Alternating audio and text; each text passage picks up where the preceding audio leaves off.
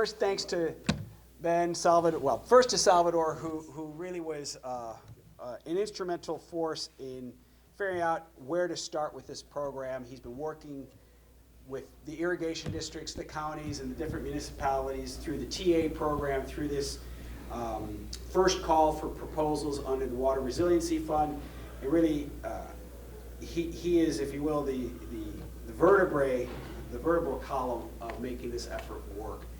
But it is a team approach, and so we're going to count on Eric to take a little more of the yoke here, if you will, and figure out which are the right projects for us to start that are going to begin to deliver the biggest benefit in terms of water accessibility and water conservation for the Rio Grande Valley communities. Just a little bit by way of history and to repeat a bit of what I shared with the larger audience. The bank has always been involved in water. It is our single highest priority. We started out principally focused on topics of water sanitation and distribution of first-time water users.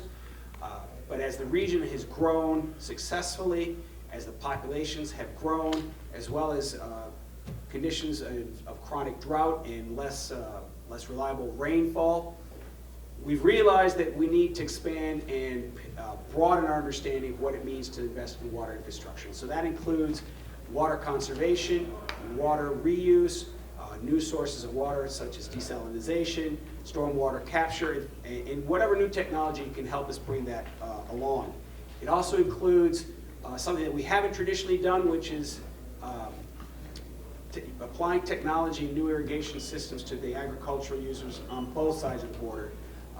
No surprise here, if you work on the border, you know that 80% of the water on both sides is used by the agriculture sector. So if we really want to address and optimize our water resources, we need to invest comprehensively in that sector as well. And so the Water Resiliency Fund is also designed to tackle that problem. So the fund is $100 million in grant, $300 million in below market financing, 0 to maybe 1%. That will depend on an affordability calculation that we expect to make on all projects. We can complement that with other federal sources. The fund needs to complement that with other sources from the federal government, the states governments, the regional governments. It really is agnostic what is the source of that complementary funds, but we want to be able to crowd in as much new capital into this urgent need as we can. As I also said, the decision to do this project is border-wide. So there's no area of the U.S.-Mexico border region which the bank operates that is not part of this project.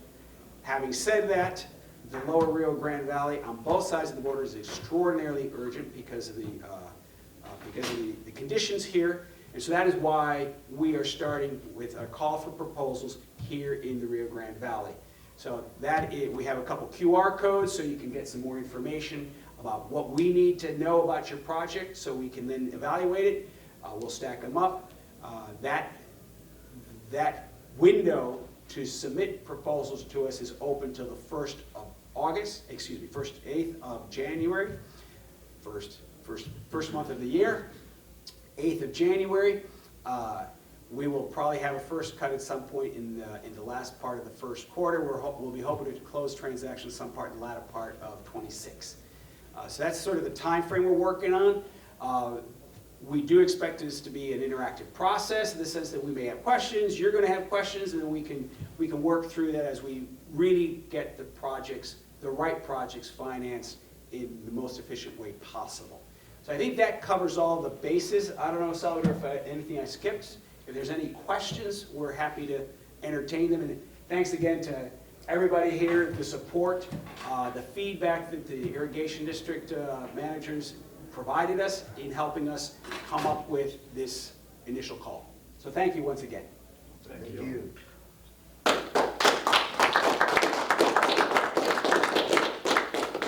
All right. We want them. Oh, How questions? will the proposals be submitted? How will you do that?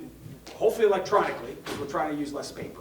But if you use the QR code, it will have a set of questionnaires and the type of financial information, water conservation information, technical aspects, And so we will take a whole, we take a holistic view of the evaluation for the technical merits, environmental benefits, and the financial affordability and capacity to invest in the project. Steve? And how long have the discussions been going on with the irrigation districts in formulating this plan and the urgency and the, you're saying this is super important, and so what's been their feedback? Well, I want to let this irrigation districts chime in there on that question. They're here to more than just to look good. Yeah, we've been communicating with you for at least the past year. Right. So yeah, definitely the bank has stepped up and hopefully saved the day. But Sonny's been talking to us for 25 years almost. Be pretty close to the same. Save them up? Great. So it's been a year-long process under which, and then we took a proposal to our board about it.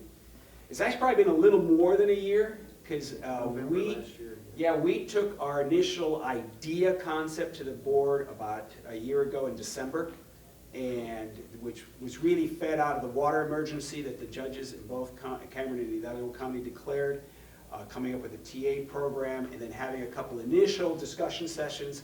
We said, well, really, we need to come up with a couple new tools in our tool chest. And then we've gone through a couple iterations with what our financial capacity is, what our skills capacity is, what the board's appetite for, because at the end of the day, this is being funded out of the capital of the bank, the retained earnings of the bank. And so that requires the board says, well, at some point, that capital has a couple different uses. We can grow the balance sheet in renewable energy. We could put it into, wastewater treatment plants. We could put it in a lot of different ports of entry, transportation projects. So there was a whole evaluation about how much capital the bank can allocate on a grant basis to this project. So that's a clear thing, because sometimes we have grants that are funded from the EPA or Conagua or the Mexican authorities.